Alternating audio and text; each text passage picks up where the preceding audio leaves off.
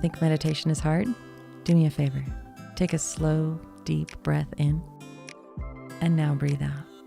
Congratulations. You just meditated. Hi, I'm Krystal Jakosky, and this is Breathe In, Breathe Out, a weekly guided meditation podcast for anyone ready to own their own shit and find some peace while doing it. Hello and welcome to Breathe In, Breathe Out. I'm Krystal Jakosky. I'm, as always, thrilled that you're here.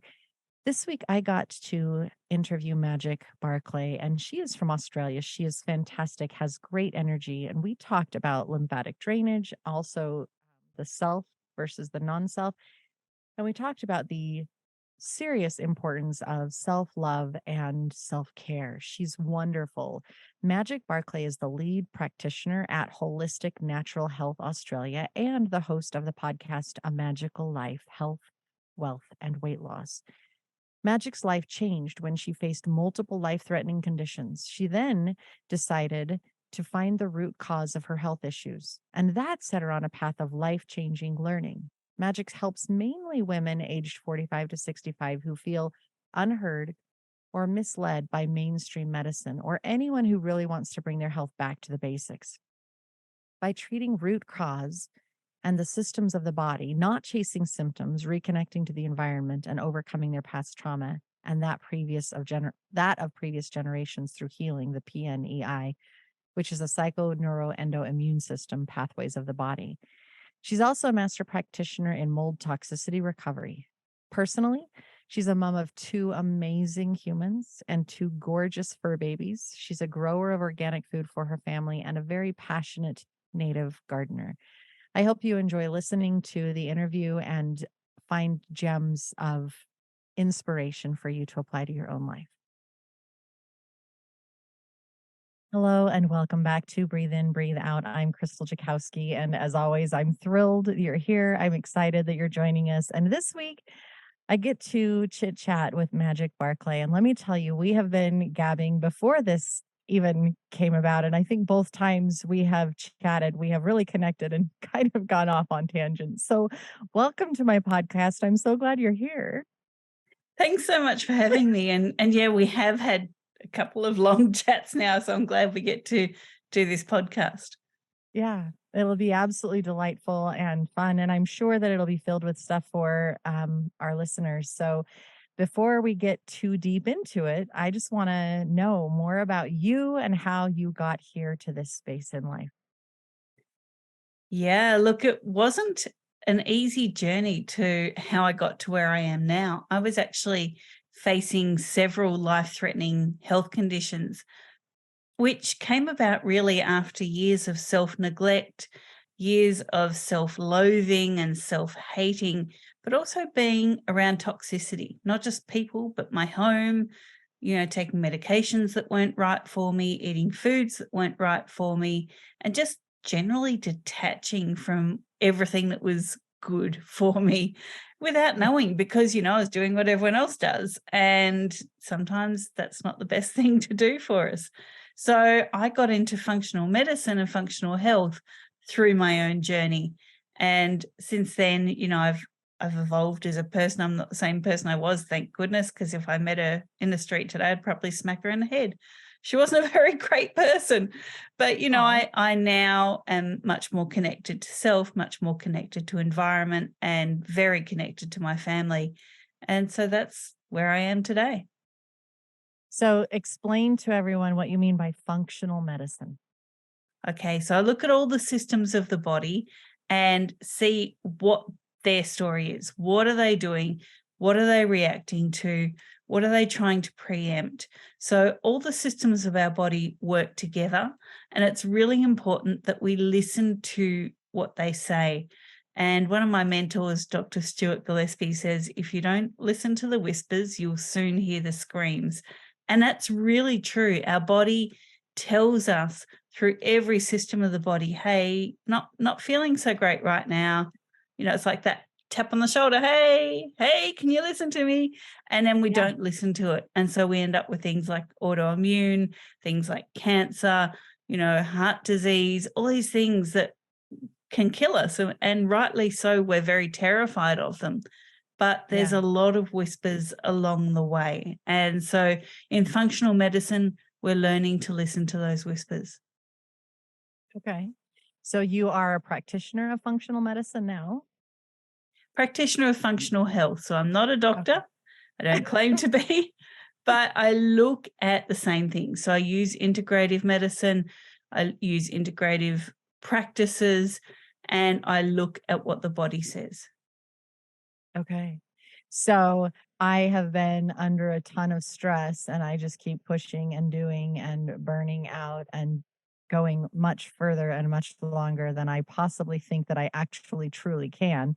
And the next thing I know, I end up in your office or another doctor's office, and they're like, a regular doctor says, you need to reduce your stress. And you're going to look at me and say, ah, so this system is struggling here and that system is struggling there. You're not listening to your heart. You're not listening to all of the other issues that are going on and causing, because I mean, stress can literally kill you, right? Stress can, but we put so much under the word stress, under the label stress. So your doctor says you need to reduce your stress. What sort of stress? Is it physical stress? Is it emotional stress? Is it spiritual stress? Is it stress from work? Is it stress from family? Is it stress that you've put on yourself? And not all stress is bad. So we have eustress, which is good stress. And we have, same with our body, we have inflammation. Not all inflammation is bad. We need these things to keep healing. We need a little bit of agitation, a little bit of a shakeup to make us take the next step. And so, reducing your stress, well, that's a very umbrella term. And we really have to look at, what does that look like? A Yeah. lot of people will try and reduce their stress. They'll say, right, that's it. I'm not going, out anymore, or I'm going to cut back on my work. And that actually makes them more stressed because they're so used to running on that cycle. They try and take themselves off it and they haven't got a plan B in action. So, reducing your stress is great, but we have to look at, how do we do that? What does that look like? Yeah, absolutely. You made a comment about self just there. So explain that. That means that you think there's something other than self. Can you talk about that? Let's There dive into is. it. So, yeah, there's self and there's non-self. So, self is any cell in the body that is part of the body or part of that organism. Non-self is something like a pathogen or a thought, something that is not of that organism. And non-self is what one of our systems, in particular, the immune system, will try and attack. So when doctors say autoimmune is your body attacking itself, not quite true. What it's seeking is non-self cells or non-self factors within your body, and it's trying to go after that. So we have this with emotions as well. I'm probably not the skinniest person in the world, I know that, but I don't sit here and say I'm fat, because that is non-self. That is a thought that is damaging to me. So I say, I am what I am, where I need to be, and I'm healthy. That is self. So there's nothing in there that my body, my psyche, my PNEI system, so psychoneuroendoimmunology system, nothing that it has to attack, because that's a self statement. I am where I need to be at the moment. Whereas I'm fat, that's a non-self statement. So, we have this with physical pathogens and threats and parasites. We have it with thoughts. There's a really big difference between self and non-self. And so, when we're around people and, we're coming up to a bit of a crazy time of year at the moment, and we see self and we see non-self come in with people. So self are the people, that boost you, that help you. They're the person, the Auntie Ida that you couldn't wait to see for 12 months. Now she's coming for lunch. Oh my God, that makes me feel so good. That's a self factor. Yeah. As opposed to, I have to go and see my boss, or I've got 50 cards to post, or I have to go to that function and there's all these people I don't want to beat. That's non-self. So that's something that doesn't sustain us. because we're going to create negative thoughts about it. And there's another system of the body that deals with self and non-self, and that's the lymphatic system. So the Oh. lymphatic system takes all of our waste out of our body, right? It is Mhm. such a vital, vital system. And I'll tell you an astounding statistic about it in a moment. But the lymphatic system takes both self and non-self waste. Okay, so self is waste that comes from internal actions within your body, like breathing, speaking, burping. Like they're all things that are everyday self processes, right? But they have self side, not side effects, but side chemicals that have to be gotten rid of, waste.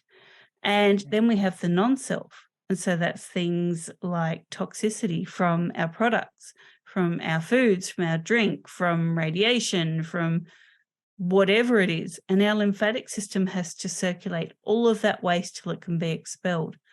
So the lymphatic system knows what can be reused, what can be safe, comes through the liver. The liver's already categorized. It says, circulate this for a while, bring it back to me. Or the liver says, this is really bad, circulate that till you can get rid of it. So, yeah, the lymphatic system is pretty amazing with self and non-self factors. I love the lymphatic system because people don't know about it as much, and they're like they've heard the phrase but they don't really know what it is or where it is, and it's just under the skin. It's not as deep as necessarily your blood vessels, and yet it still circulates very much like the blood, and it is constantly cleansing and getting rid of all of that stuff that we really don't need, and then we can our body knows how to get rid of it, whether that's through our urine and feces and that kind of stuff. But our body is able to process it and get rid of it using our blood gets all of the oxygen everywhere it needs to go, and the white blood cells and the red blood cells and the plasma and all of that stuff. Our blood circulates that. The lymphatic system is just as magical and yet so mystical because people don't understand. Like when someone has swelling, that is the lymphatic system that has not been able to flow and needs to move to get those toxins that are now stuck in one area out, moving, cleaning out the self and the Correct. non-self. Yeah. Yeah. So the lymphatic system actually circulates 4 times more lymphatic fluid than we have blood. So Whoa. we have more lymphatic fluid than we have blood, a lot more. And you said not many people know about it. And I mentioned a stat, and here it comes. Back in 2000, I believe it was 2010, there was a study done in the US, and this study was replicated around the world. And what was found in this research study was that 0.7% of medical professionals knew what the lymphatic system was or did. Shut That's up. pretty scary. 0.7? Yeah. Yeah. Wait a minute. I'm a massage therapist. I know about it. I'm not a medical professional. Well, I mean, I'm a massage what? Yeah. And yet there Since is more lymph. since then we've made leaps and bounds and a lot more people know about it. Yeah. But, that wasn't that long ago. So, and as No. someone that lives with lymphedema, and anyone on your YouTube can see I've got a little puffy pad under my chin, Ugh. I find that astounding. Yeah.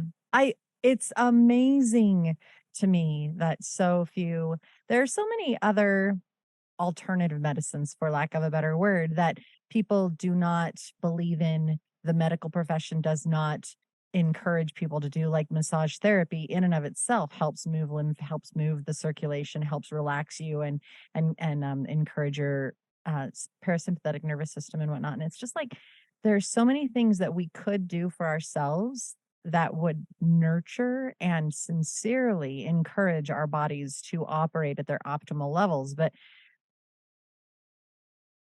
the people that we trust, as in the medical professionals, aren't aware of it, or it's not covered by insurance, or whatever the reason is. That's too woo woo, that in Yep. air quotes woo woo is something that people refer to that kind of thing by. But I just wow, I had no idea that that was. Yeah. Yeah. Yeah. And as someone who works with the lymphatic system all the time, I love going and getting a massage, but why isn't it taught how the lymph flows, the direction that it flows?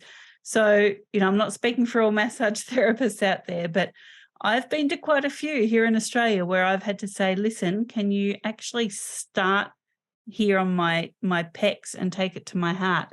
And then, if you're going under my arm, can you do it from like my bra line across to my heart? And I'll have to Yeah. reteach them the direction I want them to take it. And, because sometimes they start with your fingertips and relax you and start going up your arm. Well, you've got a whole lot of lymphatic vessels and nodes that need to be cleared before you do that. So, even when I'm drying myself after a shower, I make sure I go in the right direction of the lymph and that I've cleared all of my lymph sections previously. Why aren't we taught this? As children, we need to be taught this. It's just amazing what the body can do if we know about it. It is. It's absolutely amazing, and it's absolutely beautiful, and it is such a like, if we could learn to do it, you can do it on yourself to a point, and so it's like, if we knew how to help ourselves in that kind of manner, getting rid of the toxins and all of the stuff that we don't need, I mean, wow, that's okay, guys, I could totally go on a rabbit hole right now. I could totally dive deep with you, Magic, because wow, my mind is kind of blown on that. I thought we would mention lymphatic drainage and encourage people to go get lymphatic massage, but in the same aspect, we are very much encouraging and what's educating. That's the word I want. Educating people on the fact that this is such a beautiful thing and you can go get it and it will help you remove those toxins and things. I just thank you. Wow. Um, we need to jump back. When you we might come back to lymphatic massage. I'm not quite sure, but I want to go back to early on in this conversation. You were talking about how your choices were causing your challenge. Can you dive a little bit more into that part of your story? Yeah, look, there was, one emotion that was either my best helper or my biggest hindrance, and that was love when I was Oh, growing up. So I didn't get love from my parents. I had to find it through, friends, my big brother, whatever I could. I had love of study. So, I did that. It made me feel good. Love of animals. I was always around animals, made me feel good. But one thing I didn't have was love for myself. So I was never really able to get through something in my childhood and heal from it because I didn't have the highest frequency emotion that we have, which is love for myself. I was seeking it externally all the time. And, right through into my teens and certainly when I got married, same pattern of behavior, not seeking self love, seeking it externally. It wasn't until I became a parent and I went, hang on, I want these kids to love themselves, to, be able to look in the mirror and go, you're it, you're my yeah. best mate. And I couldn't even do that for myself. So, I really want to share with the listeners the fact that I got unwell because I didn't love myself. Now, it's not the only reason, don't want to go too woo-woo here, but it was certainly a big reason. And in coming back to self and non-self, when I don't love myself and I'm seeking something external, that's non-self. So Mhm. I was setting up, a snowball event, an avalanche event even, of not even necessarily self-hatred, just self-dismissal. And, it all came because I did not understand love and I did not understand the frequency of love. And I did not understand what it could do for me. And, Yeah. for the listeners, when you're out there seeking external love, Mhm. that person may go away. That event may finish. Mhm. That dress may disintegrate that makes you feel great. Something could happen. If you don't love yourself, you've basically left holding nothing. Yeah. So, for me, I had to learn the hard way about that. And I sure don't want anyone else to go down that road. And yet I think that most of us do go down that road. I really believe that growing up and we get into school and we aren't the jock, we're not the nerdy person, we're not in the top 2%, we're not advanced, we're not this, that, and the other, we're not chosen because we're um um more intellectual than the other people. We don't grasp things faster, whatnot. And we automatically learn that we aren't as lovable because we aren't fawned upon by other people. And when we learn that from the external, we're constantly getting that message from everyone else externally. I find that I find often than not, and I'm stumbling over myself because my brain is like really firing right now, but more often than not, we aren't taught how to love ourselves by people who did love themselves. And that comes from our parents, that comes from their parents, it comes from this societal gift down through everyone surrounding us. And so, coming to the point where we recognize that it has to come from within is a new awareness that is gaining more traction. More people are now saying, "Oh, shoot, I got to do that." And it doesn't look like something pretty because it looks hard. It's really hard to change that internal non-self voice from "you're not good enough" to "I love myself and I am amazing and I am good enough exactly as it is right now." But that gift that you gave to your kids of "I want them to know I'm my best mate. I'm my best friend and this is fantastic" is a gift that we all need to learn. We need to teach our kids, and yet we also need to emulate that behavior for the other adults around us, because the more of us that start owning it and saying, "I am valid as me, as this beautiful human being, um, and you are too." Like if I validate myself and love myself, I'm also going to love you even more and say, "Gosh, you're just amazing. Look at you." And that spreads that love and that gift, and people can find it within themselves more because it is. I absolutely agree with you 100%. It's all within. When people say I can't find joy, it's well, where are you looking? Are you looking at it? Exactly. Yeah. Are you trying to get it from the food that you're eating or from the validation from people? Or where are you seeking joy, and what actually fuels your heart and your soul in that moment to bring you that joy? And what are you doing to encourage that love? So how do you personally encourage your own self-love? Do you trip up? Do you have pitfalls? I do. I have a lot of pitfalls. I am the biggest self-doubter. In fact, I was on a practitioner group just this morning and they're like, "What do you want to smash out in the next year?" I'm like, "My self-doubt." you know, every time I get a new client, I'm like, "Can I do this? I don't know." I know I Yeah. can, but I have that moment. So, what do? I actually, this is going to sound crazy. I have cats, right? And every time I feel like I'm not loving myself for who I am, I watch them for a bit. Now, I have a 17-year-old cat and I have a nearly 11-month-old kitten. Okay. And both these girls are very different personalities, but they Mhm. do something that all cats do. And this is the biggest way to teach you what self love is. Okay. Whether you like cats or you don't like cats, just watch one for one day and you'll see what I'm about to say happen. Okay. The cat walks up. You're they're human, right? They don't particularly need you, want you, or love you at any given time, but they need, want, and love themselves. Now, Okay. cats have this, great way of self soothing and calming, and it's called purring. So we Mhm. pick up a cat and we think, "Oh, it's purring, it's so happy." It might not be. It could be really anxious and it's self calming using its own love frequency. But when we pick up a cat that's purring, whether we know how or why it's purring, we start calming because that frequency and that vibration from the purr calms us. Yeah. Now, you might have come home, you've been out all day, you're exhausted, you see your cat, you just want to pick it up and give it a cuddle, and it just kind of looks at you, dismisses you, and goes off and licks its leg or something, or plays with a toy or curls up and goes to sleep. they don't need that external valuation or belonging with you. They love you, but they love you when they want to love you because they love themselves first.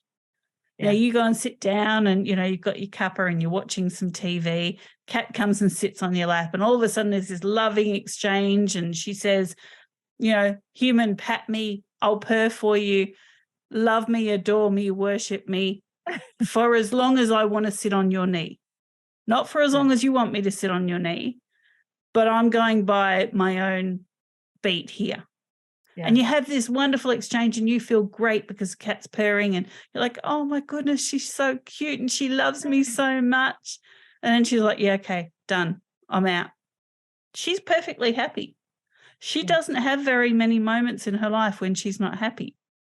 Okay, because she loves herself. She knows who she is. She knows what's important. You're there. She knows you're there. She knows that you love her. And she knows she loves you, but only when she needs to show it. Because first and foremost, she has to show it for herself.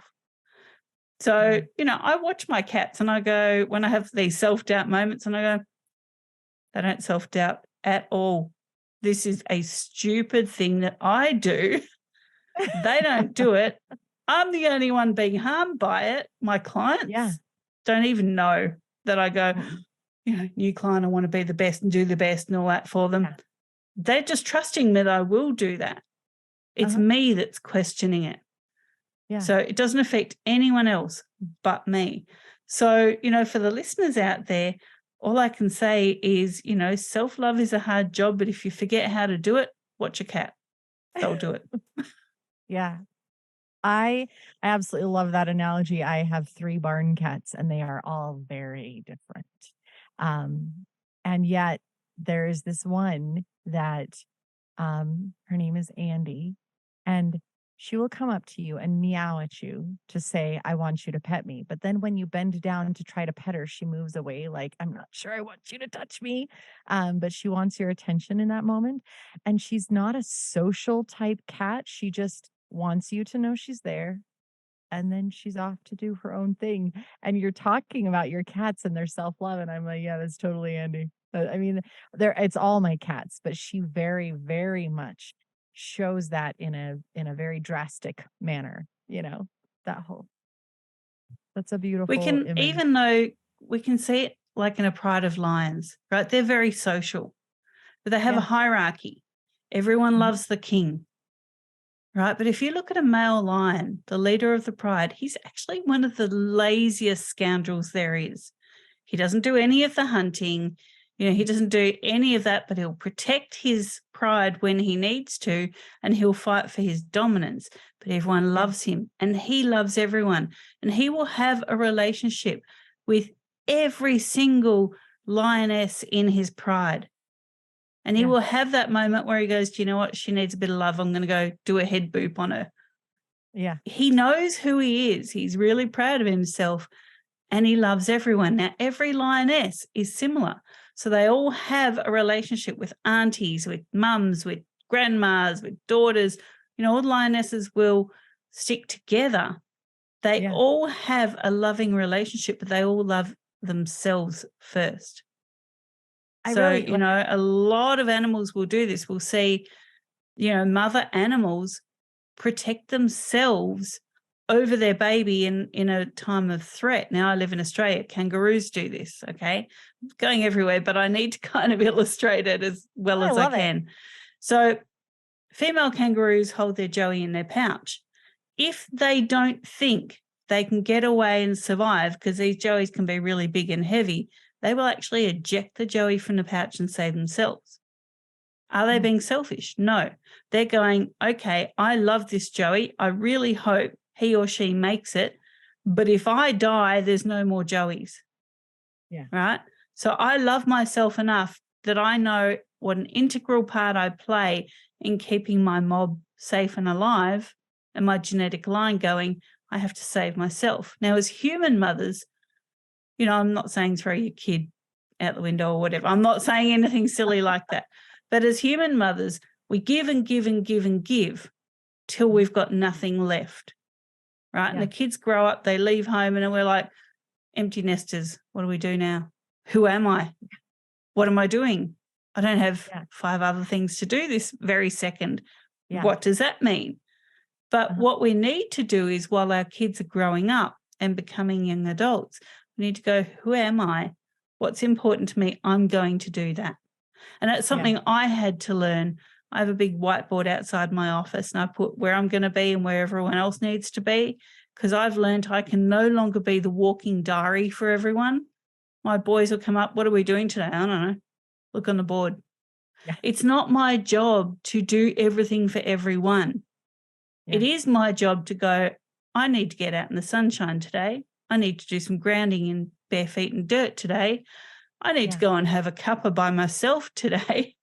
That's what I need. So I've learned now through my journey and through watching how the animal kingdom works and having a lot of life lessons thrown at me, I've learned I have to do me first, because then I can be a better mum.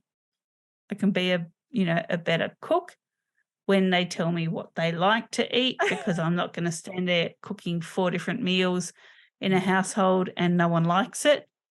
So I now get them to write a menu, and I go, all right, I'll do the shopping and I'll cook it. That's fine. But if you turn around and tell me, like tonight, taco night, if one of them turns around tonight after I've cooked tacos and it's been on the board for a week that they don't feel like tacos, bugger them. They can go hungry. Because guess what? We have a system so that I have time for me, so I can respect and love myself. Yeah. I'm not going to be running around in 20 different directions anymore.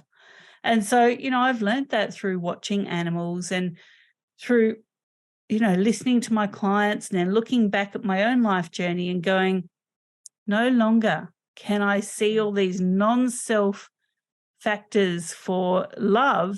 I have to look at myself. That's where it comes from. That's where it's at. That's what makes me tick, basically.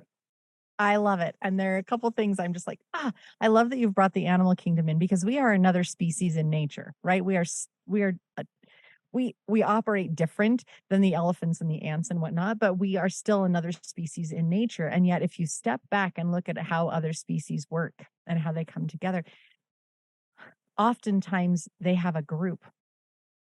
Like you brought in the lionesses, and they will help raise each other's cubs. It's not one lioness doing it all on her own.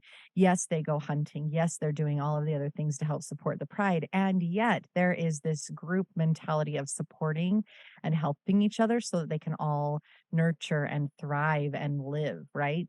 There's not you're better than me. There's not that kind of competition or let me tear you down. It's literally, hey, we're all here. It's all good. How can we work for the benefit of the group instead of let's minimize that person and how can we change the hierarchy, right? There's just not that mentality. And so looking at the way that nature operates, we could really learn a few things from them and from how they come together as a group, how they nurture each other. And I love the fact that you are literally showing your boys that not only do they need to love themselves, which you have worked hard to make sure that they do, but also that, hey, I have value and worth, and I deserve me time. I deserve a break. So I am literally going to schedule it in, and you can see it scheduled in. And if you have a problem with that, that's your problem, not mine, which means that your boys are growing up. And when they find a partner, they are going to allow and encourage their partner to take that me time. They will also emulate that same behavior and say, hey, I'm going to take some me time, which in and of itself is something that I don't think we encourage enough in society right now. Very much so. And I mentioned my 11-month-old kitten. She's a Siberian, and they are a breed that I've never had before. And I didn't even know she was when I got her. So she was a rescue, and she is very needy, very clingy. Like, she needs to be with someone all the time. Even if it's just so that we can watch her walk around, she just wants someone around. She loves herself. She's self-assured, but sometimes she wants someone around.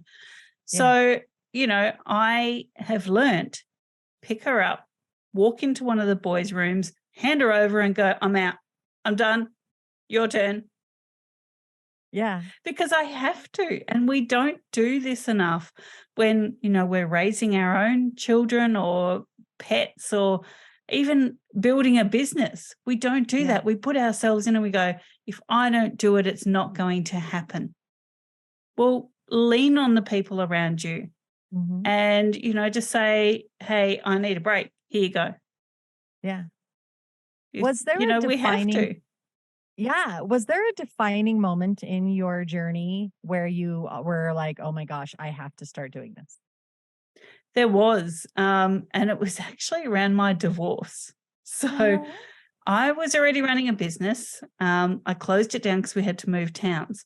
And I realized I couldn't sell the business because I'd built it all on myself. So it folded. I had to sell everything off and it was worth nothing because without me there, it was nothing. And then when I moved towns with my kids, I did the same thing. I looked at them and I went, I have made myself so important in their lives that if something ever happened to me now being their only parent, what are they going to do? So I've actually done them a really big disservice. So over the past 10 years that we've been out of that situation, I've been teaching them what to do. And, just saying, okay, I'm gone for the day. You need to clean the house. You need to get your work done. You need to plan and prepare the meal. And I want all the curtains closed and the outdoor light on when I get home. Why? Yeah. Why am I no longer, the old me would have rushed home to make sure dinner was on the table. I closed all the curtains. Everything was done, make sure they've had showers. If they don't have showers, it's not my problem. Right? I don't share a room with them. I'm not going to smell them. It's not my problem. It's their problem. So, I've really learned over the past 10 years, take myself out of it because one day I'm not going to be here. And if I keep doing everything for everyone, how are they supposed to learn? How are they supposed to grow? And so, for me, the turning point was, like I said, closing my business and leaving town. And it was like, now what do I do? Because I've for so long made it about me needing to be there that I haven't given myself any time and I haven't given everyone else the right that they have, which is to learn. I love that point of view on it. I absolutely love the point of view that by my taking care of everyone else, I have actually robbed them of an opportunity to learn how to do it themselves, to learn how to achieve or succeed, to learn how to make a grilled cheese sandwich. You know what I mean? Like by doing everything for them, by picking up the pieces every time they crumble, they are not learning how to put their pieces together by themselves. Yep. A little thing happened here the other day, and I said to my eldest, whose arms are somewhat painted on, let's just say, it's an expression here in Australia, I said, I need you to do this load of washing. I've shown him how to use the washing machine, okay? But there were some socks that, when you pull socks off, sometimes they're still in a ball. They'd gone into the washing machine like that. And I got home and I said, okay, great. Now that can all go in the dryer. And he looked at these socks and he said, they're not going to dry properly because they're rolled up. And I went, unroll them. Right. And we'd been in the bushwalking. So there's all sorts of prickles and dirt and stuff in these socks. And all this stuff fell out of the socks. And he goes, oh, I can dry it now. I said, can you? If all that stuff just fell out of the socks, do you think the socks washed properly? And he goes, I didn't think about that. Probably not. And he said, what do I do now? And I said, now I leave the laundry and you can look at the dirt on the ground and look at the sock and you can work out what to do. Next thing I hear the washing machine going again, the socks are back in. And, it was a learning experience. Could I have told him when I asked him to do the washing, make sure all the socks are unraveled? Well, I could have, but then he wouldn't have been critically thinking about what needed to happen for the clothes to wash. So he's now learned something. He's now learned that he needs to be, more mindful of what he does in the task, not just getting the task done, but how he approaches it. And, Yeah. the little things that are wrapped up in the task. So I can guarantee he will never put another load of washing on with balled up socks in it. Yeah, yeah. It's they have to put a thing of chapstick through the dryer once and ruin some clothes, and then they're like, "Okay, I'm gonna check my pockets now." Or, whatever that is that goes through, and they ruin it, and then they learn that lesson of, "Okay, I've gotta take care of this because nobody else is gonna do it for me." It's that Yeah. self-ownership. I've had a rule actually since they were little. If you leave something in your pockets, it's mine. Right? If I do the laundry, it's mine. And my younger son had some money in his pocket the other day. And of course, he didn't empty his pockets. So, I go to empty the pockets when I do the washing and I scored $12. He said, "Oh, where's that change? It was in my pocket." I said, "What change?" "I don't know. Don't know what you're talking about." Once it goes into the washing machine, it's lost. He Yeah. looked at me, he goes, "I don't think that's true." And I said, "Well, I just assumed because your $12 of change was in your pocket, you didn't want it anymore. So now it's Uh-huh. mine. Thanks, I'm going to Yeah. go and buy a coffee." I'm gonna go have a cup of joe, I'm good to go. Yeah, because I'm taking care of you. Yeah. Ah, I love the lessons that we have the ability to teach our kids, and the way that we can teach them to critically think about life and how we have the opportunity and the ability to teach them to love themselves, to love others, to work through the challenges of life that will be presented because they're always going to be there. And if we can encourage them while they're at home to find those positive, healthy ways to discover and work through them, then it's just easier when they leave the house. If we can teach them the self versus the non-self, how to listen to your own inner truth instead of the voices and everything that's out there telling us something different. If we can start loving ourselves instead of listening to the world telling us that we aren't smart enough or good enough or skinny enough or whatever that is that's out there. I mean, it's amazing the gift that we can give them. And honestly, it's not just our kids. I strongly believe that we have the ability to still emulate that behavior and encourage other people, even adults who don't necessarily live with us, who aren't under our tutelage and our watchful eye, that we can still demonstrate these super healthy, positive behaviors and help bring about change in the world to find a better way of being, a more authentic, grounded, loving way of being instead of the judgmental crap that we have right now. 100%. Yeah. This has been delightful, and I'm really glad that you and I got to have a chit chat together. Is there something else? Is there anything else that you want to talk to our listeners about or mention, bring up? Look, there is. We do a lot of limbic work with our patients. And what that is, we work with the center part of the brain where our thoughts and emotions all happen. And so, what we would love to, offer the listeners is if there's something that you feel like you need to work on, if you're really struggling with self-love and you're really struggling with how do I take myself out of this equation for my own health, reach out to us, jump onto our website, book what we call a root cause analysis. It's a full health assessment and, just write where your main concerns are, my limbic health. And we would love to be able to help you, do a free consult for you and just say, hey, look, this is probably the direction you need to go. And where do they find you? Where do they find all of your offerings? So everything is found on our website, which is www.holisticnaturalhealth.com.au. So we are in Australia and it's holistic with a W in front of it. And we've actually also just added, a great tool for self-love, and that is our functional health essential oil blends. So there's a shop there. You'll find the root cause analysis on there as well. And our blogs are on there and our podcast, everything's there to give you all the tools that you need to put yourself first and be okay with that.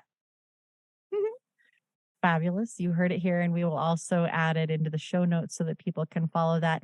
Is there anything else that you're super passionate about right now and you just really want to share? Look, there is. And, you know, I love animals because I've spoken about them, but I just want you to all think of one thing. Humans are just a species. Okay, we are an animal species. We are no more important than any other animal species. So, just in the next few months, just move through the world with kindness and compassion to all creatures because we're not special. Yeah, I love it. Think about it, guys. Look at it. We are a species. We are living in nature. We live a little different, but we are absolutely another animal living on this planet Earth and using her resources. And just take a moment to step back and look at it. What I have a couple questions that I always end with. Yeah. One of them is, what is your favorite type of self care, however normal or unique that might be? It's actually my infrared sauna, and I take my essential oils in there, and I have 55 minutes of reading books, and no one disturbs me. Ah, okay. Now that's something you guys do a lot in Australia, right? Yeah, yeah. Yeah. So I was lucky enough from one of my clients to get a secondhand sauna. It's in my garage. And yeah, everyone in this household knows when mum goes to the sauna, don't follow her. It's actually the only place I can have me time. If I'm sitting on the toilet, they all come in and start talking to me, including the cats. But if I'm in the sauna, that's the no-go zone. So yeah, I love it. Oh, I love that you cordon that off. Okay, an infrared sauna and a nice, good book. And then we love journaling prompts that make us think and work through stuff. So, what journaling prompt would you have my listeners mull over and write about? What am I grateful for today? Now, in that, I'm going to go on a tangent. It's not just, I'm grateful for the sun and my job and whatever. No, it's things like, I am grateful that my legs were able to carry me around today. I am grateful that my eyelashes shielded my eyes from the sun. Really start looking at the mechanisms of your body and what you're grateful for, because other people don't necessarily have that. And you're probably, I'm not saying that you are, but probably not as in tune to the wonderful things that your body's done for you every single day. So when you write down that I'm grateful for my legs carrying me around today, that's starting that self-love, that self-appreciation. Yeah. I'm grateful for that my heart pumps and Yeah. brings oxygen to every one of my organs. And I'm grateful that my lymphatic system is working and getting rid of all the toxins that I feed into my body. I'm grateful that I am able to think about me versus not me. And I'm able to filter that out and love myself a little bit more. Think about all of the things that you are lucky and blessed enough to be able to enjoy and endure because you are uniquely you. I love it. That is a fantastic journaling prompt. Thank you. Um, is there anything else that you want to share? I think we've covered a fair bit. Just Oh, listeners, if you need any clarification on anything, please just reach out. yeah. This has been absolutely delightful. And I hope that you guys have found little gems and little inspirations that I want to check into that, or I want to start doing that a little bit more. You are a gift. You are a finite resource, and only you know what you need. So I highly encourage you to start putting yourself higher on the priority list and find a little more self love. Magic, thank you for being here. Thank you so much for having me. I've really, really loved it. Me too. Until next time, we'll see you again on Breathe In, Breathe Out.